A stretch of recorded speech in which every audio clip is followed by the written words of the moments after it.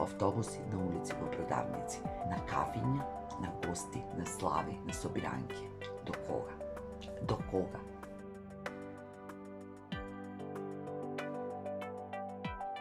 Здраво и добре дојдовте во уште едно видео на каналот Ти можеш. Ова видео не суди за книгата Покорицата, спаѓа во циклус од тема на неделата, односно фаќа некоја тема која што во текот на неделата која поминала ми го окупирала некако размислувањето и тие своји размислувања сакам да ги споделам со вас.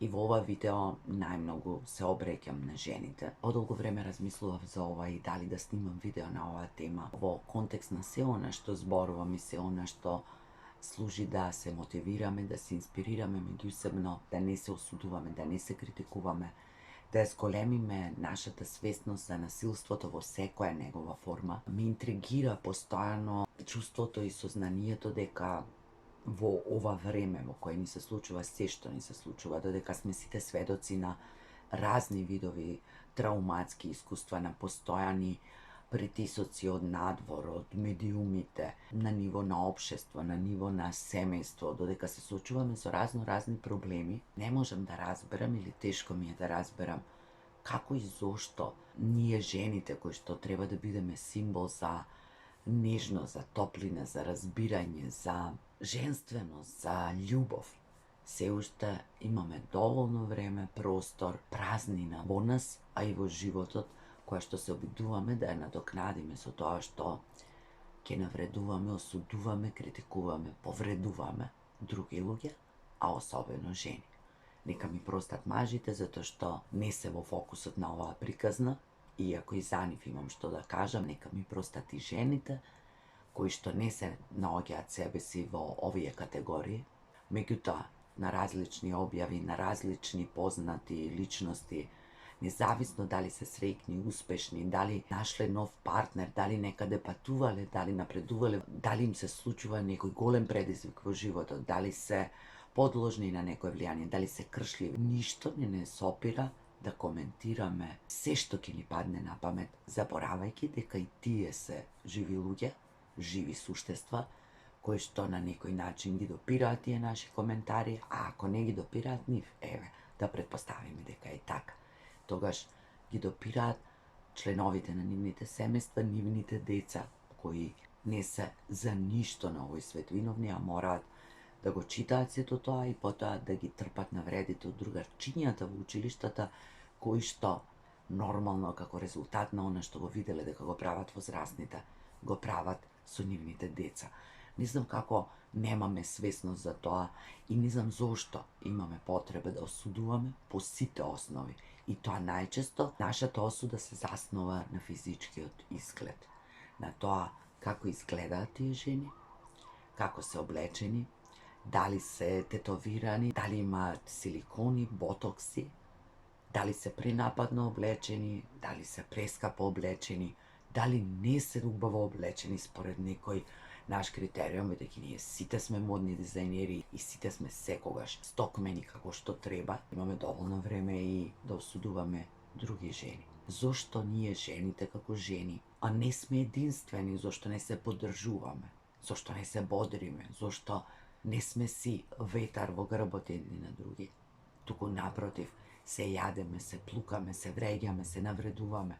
Од каде тоа право и која е таа желба и таа потреба жена на жена да ја напише негативни коментари, навреди врз основа на физичкиот изглед? 21 век ни се случува се што ни се случува. Секој ден сме под стресови. Неколку години веќе живееме разни трауматски искуства. Имавме епидемија, денес секојдневно имаме дојави за тоа дека им се загрозени животите на младите, на нашите деца, на нашите ученици. Имавме проблеми со превозот и метежот. Ние 4 години веќе живееме разни трауматски искуства. И од сето тоа што ние знаеме да го кажеме е дека оваа имала толкава уста, оваа била нападно облечена, оваа била со тетоважи, оваа била љубовница на не знам кого, па затоа стигнала каде што стигнала. И зошто е тоа наша тема на муавет? Зошто го правиме тоа? Во време во кое сме сведоци на постојано сајбер насилство, си одземаат животи млади девојки кои што не може да го поднесат тој сајбербулинг, сајбер насилство или интернет насилство или како сакате. Постојано на порталите трпат навреди сите оние кои што си дозволиле да се покажат што и да прават, што и да изберат, кои сме ние и што ни дава право да им судиме и при тоа да бидеме толку многу безобразни, а сме символ за нежност, за топлина, за мајчинство, за разбирање, а се фалиме со она девиза дека ако светот го водеа жени, светот ќе беше прекрасно место за живење. Јас сакам да верувам во тоа, сум жена. И се разбира дека и јас знам да сгрешам, да повредам, да навредам, меѓутоа намерно да седнам на друга жена, да ја пишувам коментари на интернет и да се расправам и да се докажувам дека јас сум во право и јас знам како таа треба да изгледа, како да си го живее животот. Зошто го правиме тоа? Жени на жени. Додека имаме информации за тоа колкав број на жени се жртви на семејно насилство, ние се насилствуваме едни со други. Постојано коментари, објави, навреди, ние сме возрастни луѓе. Меѓутоа што правиме со младите? Младите кои учат од нас, младите кои го читаат тоа што го пишуваме. Ние им даваме дозвола на младите луѓе, им даваме право утре да го прават истото. Какви пораки им патуваме додека во нивно присуство зборуваме и критикуваме колешките од работа, пријателките, соседките за тоа како изгледаат, како се облекуваат, со кого го поминуваат денот, ноќта, животот. Од една страна се бориме против тоа насилство, во исто време ние сме вербално насилни, жени вршат вербално насилство на други жени. Само затоа што не им се допаѓаат. Тие коментари не зборуваат за нив, зборуваат за нас, за нашата празнина, за нашата потреба, може би и за нашата скриена желба да бидеме како нив. Сведочиме на тоа од јавна соба до коментарите на разни инфлуенсерки, пејачки, естрадни звезди, на разни портали кои можеме да кажеме дека воопшто не се важни, јас нема да ги читам. Се тоа во ред и ние постојано ги игнорираме работите. Меѓутоа, најмладите ги читаат нашите деца. Ние им даваме, уште еднаш ќе кажам, дозвола да бидат насилни, да бидат безобразни, да бидат дрски.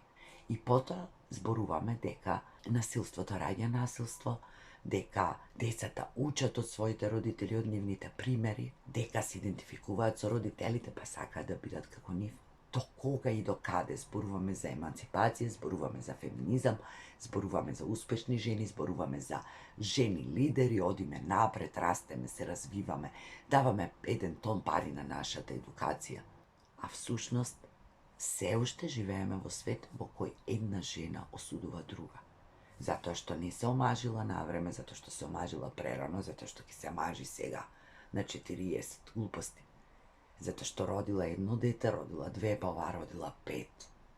Затоа што не родила. Затоа што избрала да магистрира, докторира, затоа што е нечија љубовница, затоа што се развела, затоа што се омажила 2 пати, затоа што се облекувала премногу нападно, премногу скромно, затоа што била прешминкана, затоа што не се шминкала. Што и да е темата, ние ќе најдеме простор да искоментираме нешто. Може би вие нема да се препознаете во ово. Меѓутоа, ние живееме во таков свет. Ние постојано го читаме тоа насекаде. И да, апсолутно, и јас се оградувам, не гледам, не читам, не ми интересира. Имам круг на луѓе во кои што многу не ни се тие теми на разговор.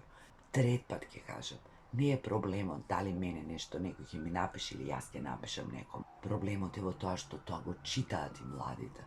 Проблемот е во тоа што ние, додека пишуваме такви коментари, во исто време ставаме слики од нашите мали, мили деца и нивните успеси. Драги мои жени, можеме ние многу повеќе. Умееме многу повеќе од тоа.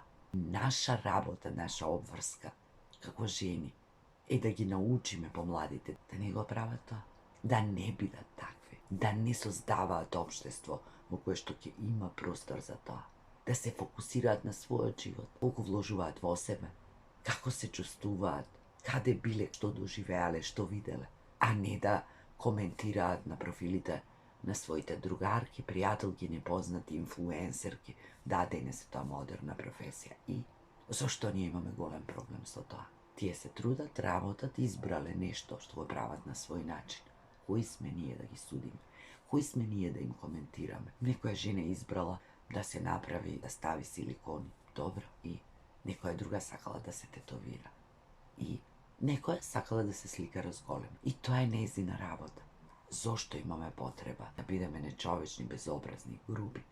Какво влијание вршиме врз младите луѓе со тоа? Во какво светло се представуваме?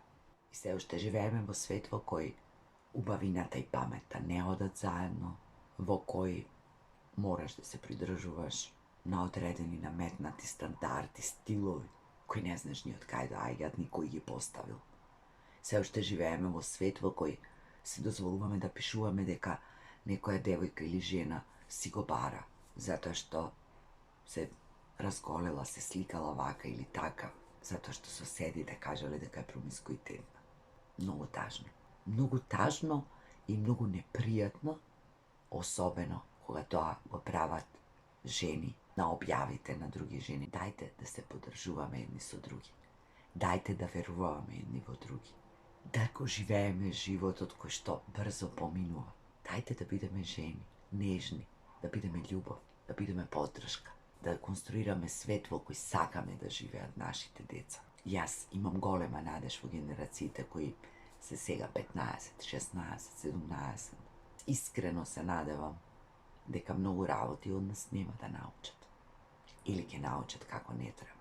И секојдневно се надевам, се молам да се освестиме и да престанеме да коментираме, да критикуваме, да осудуваме, да вреѓаме. Особено непознати жени. И се надевам дека младите луѓе ќе го променат тоа, но сепак ние сме примерот. Се надевам дека ова ќе допре до некој до кој што треба да допре.